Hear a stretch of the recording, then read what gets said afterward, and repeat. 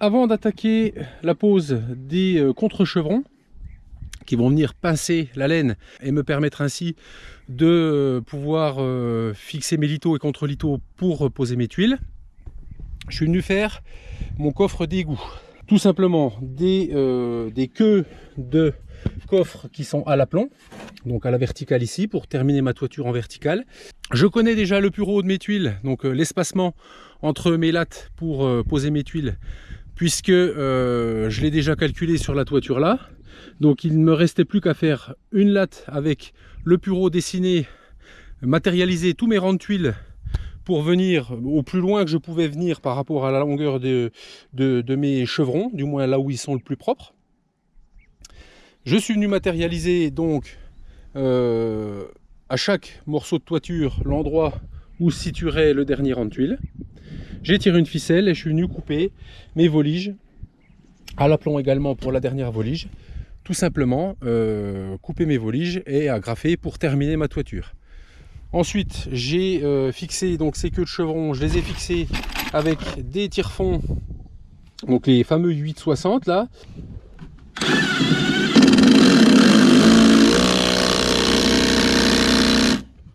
Et je suis venu les fixer avec des équerres de fenêtre, avec la même en 60 qui rentre dans le chevron, et je suis venu également donc fixer l'équerre avec une petite comme ça pour qu'elle prenne dans le madrier là.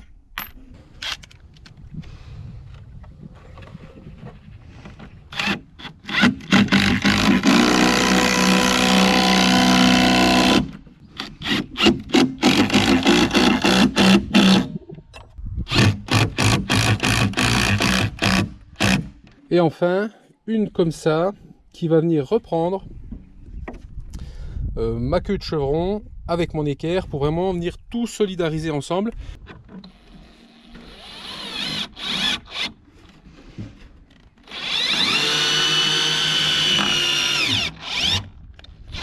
Pour avoir vraiment quelque chose d'ultra rigide, d'ultra solide, ça me permet de pouvoir prendre des appuis en bas de toiture pour travailler en toute sécurité. Voilà, j'ai également dû réajuster un petit peu en rabotant, parce que j'ai ici celui-là, le madrier était cintré, je passe le doigt dessous, donc j'ai dû raboter cette partie-là pour essayer d'équilibrer le plus possible mes coffres et éviter les défauts trop importants.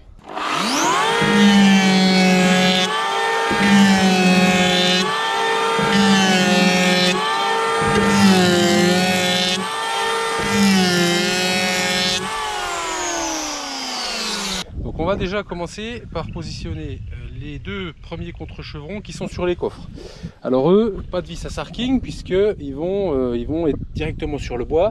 Donc là, vis 120 par 8 avec tête rondelle. Je vais fraiser un trou dedans en amont pour que ma rondelle soit au moins à fleur de bois mais plus en intérieur, pour pas être gêné avec mes litos, que j'ai pas un lito qui tombe sur une tête de vis, qui me fasse une surépaisseur. Donc pour ça je vais prendre une mèche comme celle-là, mèche à bois, et je me suis fait une pige en latte à tuile de 60 cm puisque je vais mettre le même nombre de vis que pour les vis à sarking, à savoir il y aura 7 vis sur la partie laine de bois. Alors moins ici puisque j'ai moins de longueur, mais là-bas en fait il y aura 7 vis, donc des intervalles tous les 60, et je viendrai ensuite fixer 2 vis de 120 à chaque fois sur les coffres, et donc ici il y aura 2, 3, 4 vis de 120 pour cette partie là.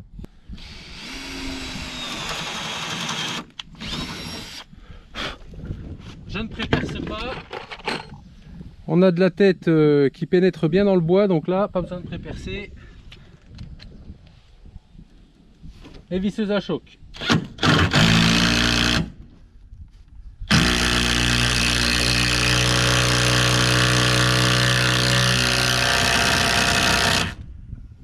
Voilà.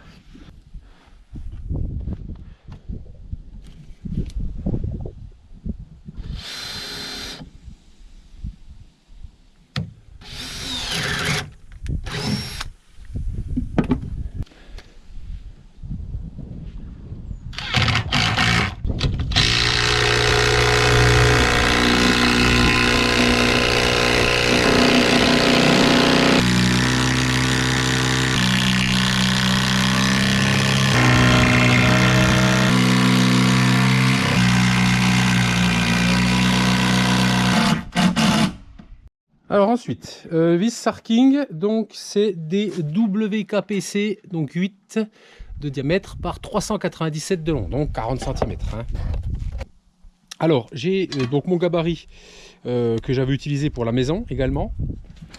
Et on va matérialiser en fait donc notre contre-chevron ici, la laine de bois matérialisée ici par le coffre, on a la volige et on a le chevron en chaîne. Donc le but ça va être de rattraper le chevron en chaîne qui est dessous en donnant un certain angle à notre vis, sans donc pas un angle vertical, il faut un angle d'inclinaison. Donc je vais pré-percer moi mon contre-chevron, une partie de la laine de bois, et ensuite mon guide fera le reste et je vais essayer à chaque fois sans le louper, c'est pas évident. C'est pour ça que j'ai fait une pige de repères pour savoir où se trouvent mes chevrons. Et le but, eh ben, ça va être de venir fixer, écraser mon contre-chevron qui est ici, qui viennent pincer la laine de bois avec la volige et le chêne et qui rentrent d'au moins 4 cm dans le chêne. Donc là, c'est du chêne de 11. Donc vous voyez, même en mettant une bonne inclinaison, je serai largement dans les 4 cm. Alors, autre remarque importante, très importante même, je ne vais pas utiliser de visseuse à choc pour visser ces longues vis. Pour la bonne et simple raison que la visseuse à choc sur des grandes longueurs comme ça, elle va pas arriver à l'emmener, du moins pas ma visseuse à choc. Donc il faut y aller à la visseuse standard. Donc il faut une bonne visseuse, parce que là moi je suis dans du chêne. Si vous êtes dans du sapin, ce sera peut-être un peu moins difficile à visser. Non pas que la vis ne pénètre pas, mais ça tire quoi. Donc c'est pour ça aussi que j'ai mis la poignée, parce que ça emmène le bras. Hein. Je vous dis, j'en ai fait 80 sur la maison de ces contre-chevrons. Il faut absolument avoir une poignée additionnelle pour ce genre de truc, parce que ça emmène. Et c'est pour ça qu'il faut que la vis soit extrêmement résistante, parce qu'à la torsion, vu la force que ça engendre, il ne faut pas que la tête de vis casse, parce que sinon ce sera foutu.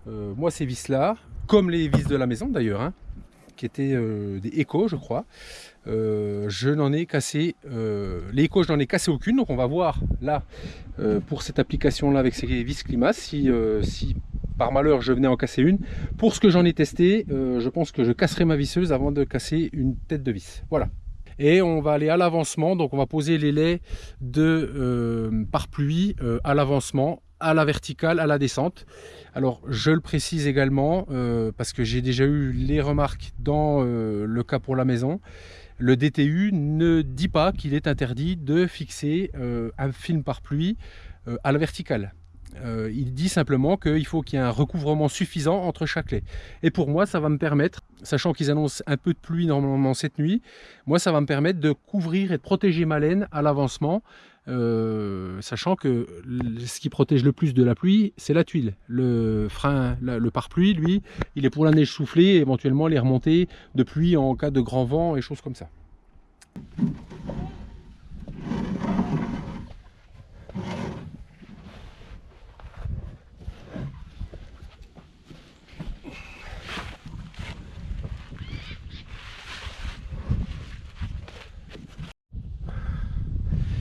Voilà ma pige. Ma pige. L'axe ici.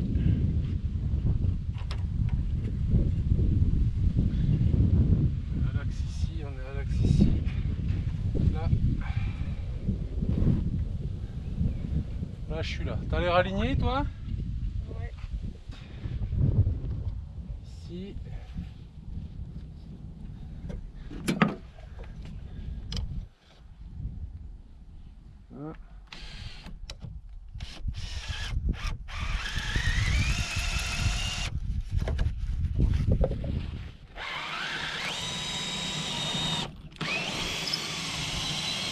C'est ça le pire en fait. C'est un peu stressant de se dire qu'on loupe le chevron, que ça abîme tout dessous.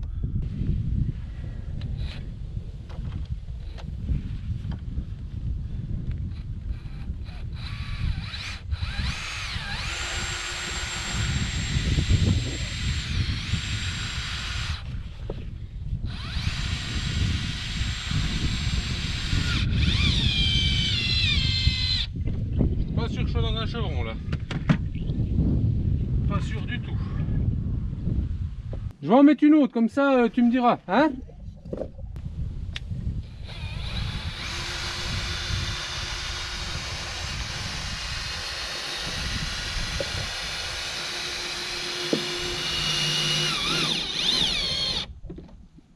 Ça rentre, hein, je pense, hein? Je pense que les vis en fait sont tellement... Elles rentrent tellement mieux que les autres que je les sens pas rentrer, dis donc, j'en reviens pas. T'as les autres, ça, ouah, ça m'emmenait, ça tirait comme un fou là, fallait que je me tienne la visseuse, là elle rentre tout seul. T'as pas vu, t'as entendu la vis descendre? Donc tu la vois pas à côté du chêne? Bon bah super.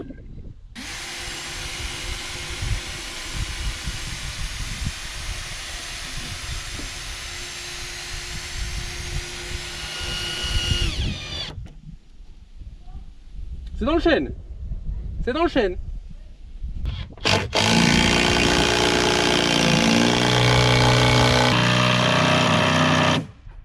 Alors, petite modification qui me paraît, le soleil est là, qui me paraît assez importante. Ces vis, elles rentrent tellement bien dans le bois, le pas de vis est tellement tranchant que ça rentre comme dans du beurre, même dans le chêne. À tel point que j'ai pensé que j'étais à côté. J'ai pas senti rentrer. Et le souci que je rencontre, qui est un souci, moi je pense qu'il faudrait modifier, c'est que la tête de vis n'est pas suffisamment large et elle rentre dans le bois. Donc ça mord tellement que ça rentre dans le bois et si j'insiste, je traverserai, je pense, le contre-chevron. Donc bon, simplement, hein, c'est pas, j'ai mis une petite rondelle. Là du coup ça tire et en plus ça tire, hein, du coup ça emmène la laine, ça vient la plaquer correctement. Sinon je trouve que ça la plaque pas suffisamment et donc je fraise le contre-chevron de 1 cm pour que tout rentre comme il faut, que j'ai pas de surépaisseur. Et là par contre là ça m'écrase, ça m'emmène la rondelle et ça vient bien plaquer la laine contre le chevron de dessous. Mais moi je suis quand même bluffé par le tranchant du pas de vis parce que ça rentre là dedans comme dans du beurre, hein. Ah, faut que je coupe l'entame parce que j'ai les deux différences de niveau de toiture et ça me gêne, donc plutôt que d'abîmer la laine, eh ben, je préfère couper le chevron. Beaucoup masser.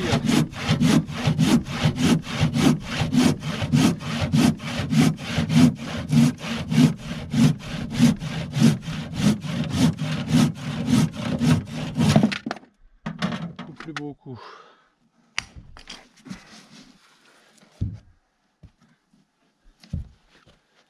Allez.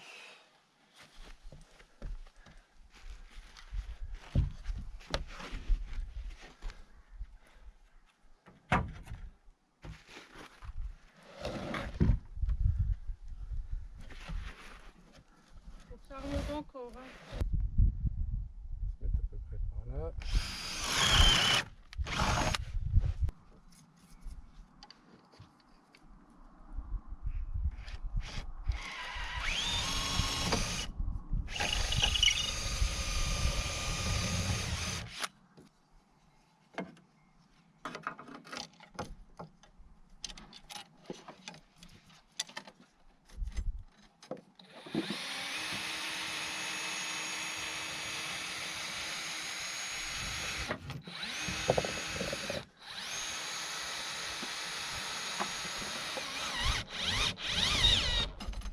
Ouais, là je suis dans le chêne là. Là bien compris là. Voilà. Là ça y écrase. Ce que je vais faire, je vais déjà faire toutes mes empreintes. Voilà, on va travailler intelligemment.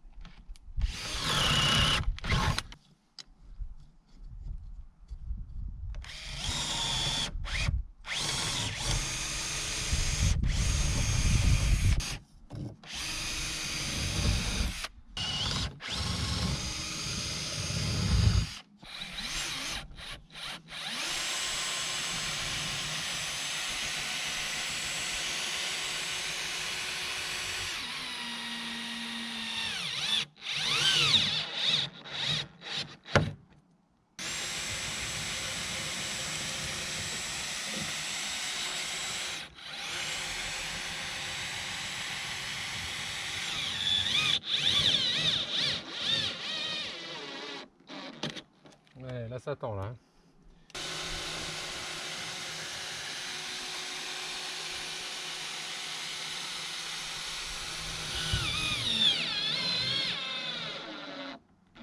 Ouais. Là tu sens que ça rentre. Hein. Tu sais quoi, je vais faire tous les comme ça, puis je ferai tous les autres après, je te foutrai la paix. En attendant de préparer la scie et tout.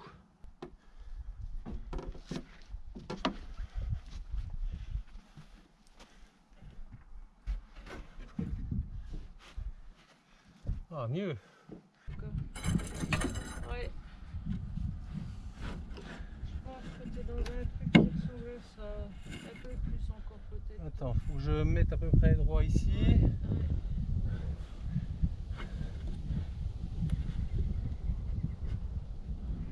Là, je suis pas mal.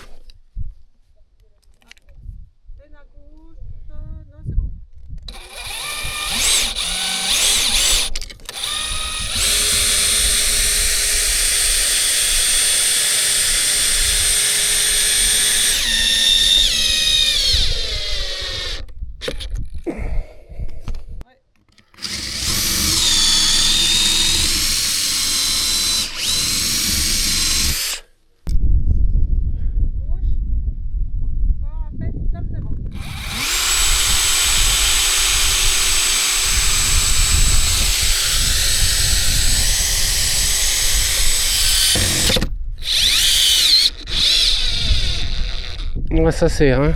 Tiens.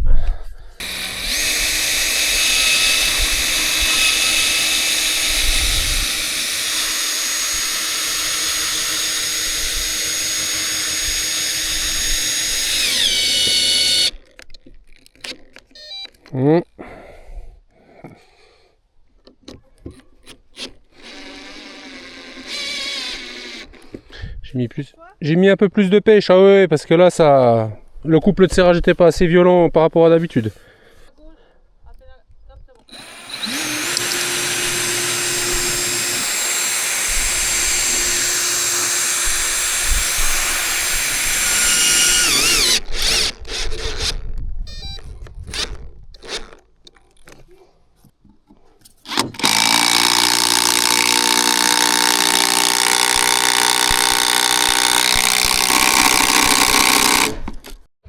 Voilà, allez. Bon, je vais nettoyer un petit peu tous les copeaux qu'il y a. Donc effectivement, avec la rondelle, ça vient bien serré, bien plaqué. C'est beaucoup mieux, je pense.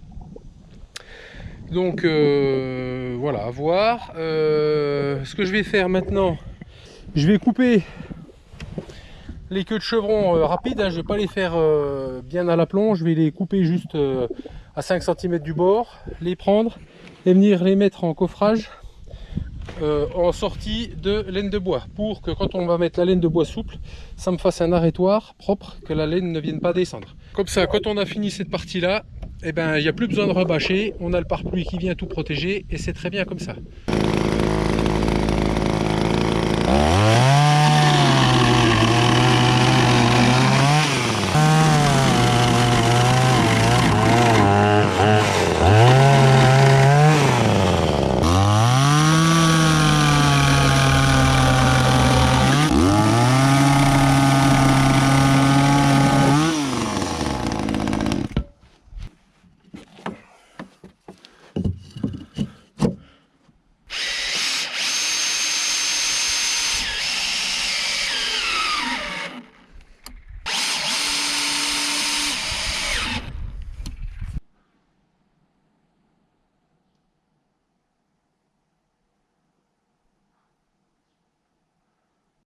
Bon, et ben on va pouvoir attaquer la laine de bois. Donc on s'est installé, la patronne est avec moi, parce que si je dois faire des montées descentes, ça va être difficile. Donc scie à ruban, ouais, voilà, et laine de bois, donc flex comme je vous disais, puisqu'elle est flex, comme son nom l'indique, de 60 mm. J'espère qu'on est bien parallèle, ce serait bien que ça évite de faire 36 coupes différentes. Là on a 25,5. Je te donne la cote hors tout, 25,5, mais fais pas trop large parce que ça va déjà faire le ventre. Hein, donc, Puis là j'ai 27, ouais, on est d'accord. Donc 25,5. Tu peux déjà me faire une bande à 25,5 et puis une bande à 27. Il me faut en longueur pour la première. Il me faut 250.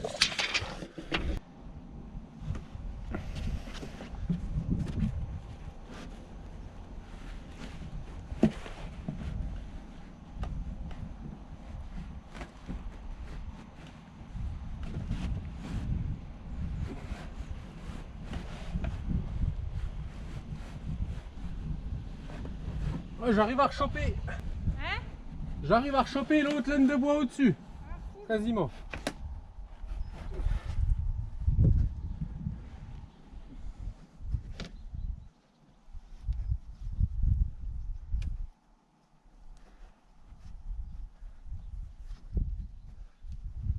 Alors il m'en faut un bout de 27.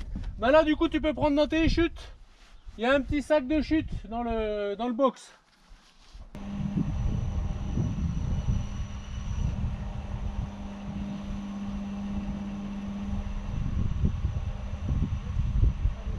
Non, elle va bien, c'est pas trop bruyant.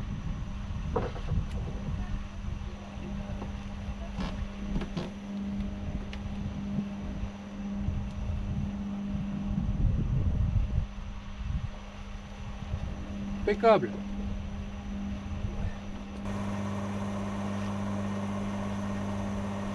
Après tu me fais les petits bouts, c'est les petits bouts, hein, on s'en fout, on est au-dessus du four à pain là. Hein. Tu vois ce que je veux dire?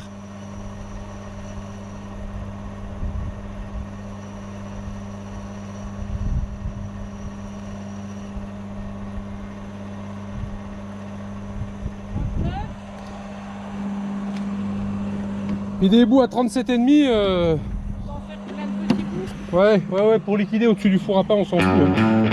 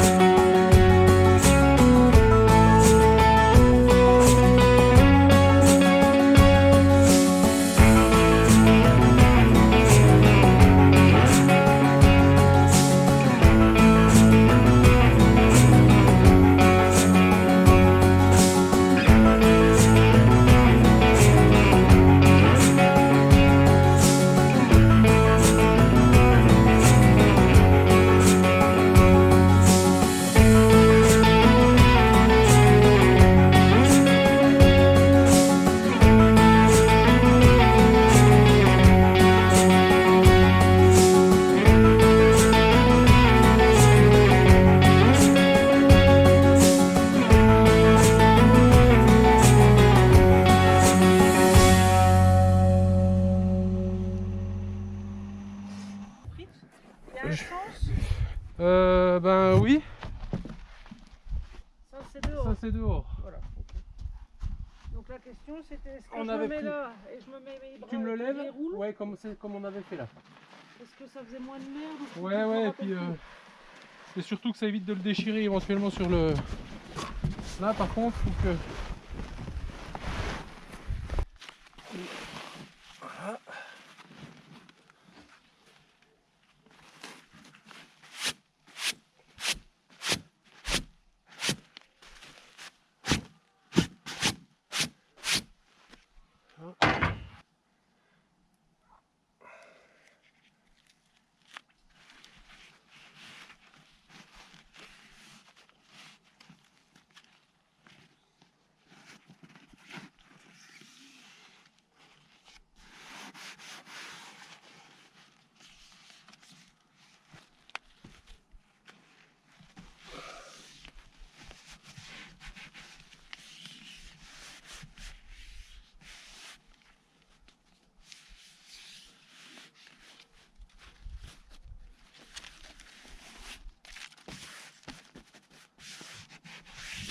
Voilà. Ouais, tu vois, au milieu, il demande à venir vers toi, là. Tu vois ce que je veux dire? Là, oui, voilà. Voilà. Et on dirait que le lito est à côté, en fait. Attends. Ah non, c'est bon, c'est la laine qui fait rebiquer, en fait. Ouais, ouais, ça fait un petit bourrelet. Ouais. T'es centré sur ton chevron? Bah oui. Ouais, Le non, mais sens, c'est là. juste...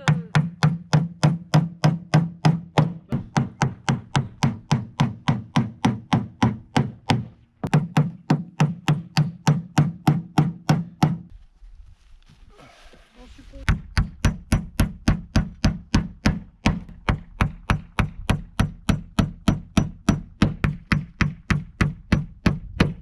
Quand il est comme ça, il va pas se retourner sur la laine. Là, ce qu'on va faire, on va le mettre en place. Je vais mettre le lito au milieu, là. Tu m'as compris? Ouais. Hop. Alors, attends, on peut relever encore un peu parce que là, faut que j'aille au moins contre la cheminée, là. Tu vois? Du temps. Ouais.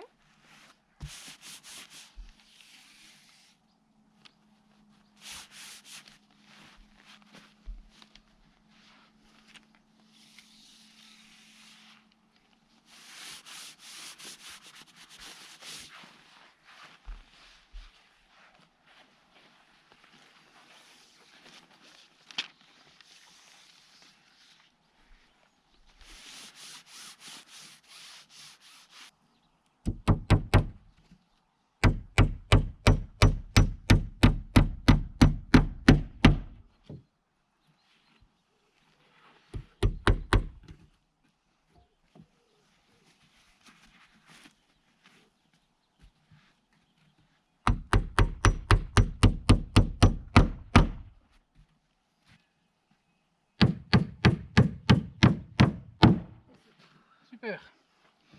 Allez, impeccable. Merci mon amour. Merci infiniment. Je vais descendre le reste, pour pas te casser le nez. Ben voilà, un bon boulot de fait.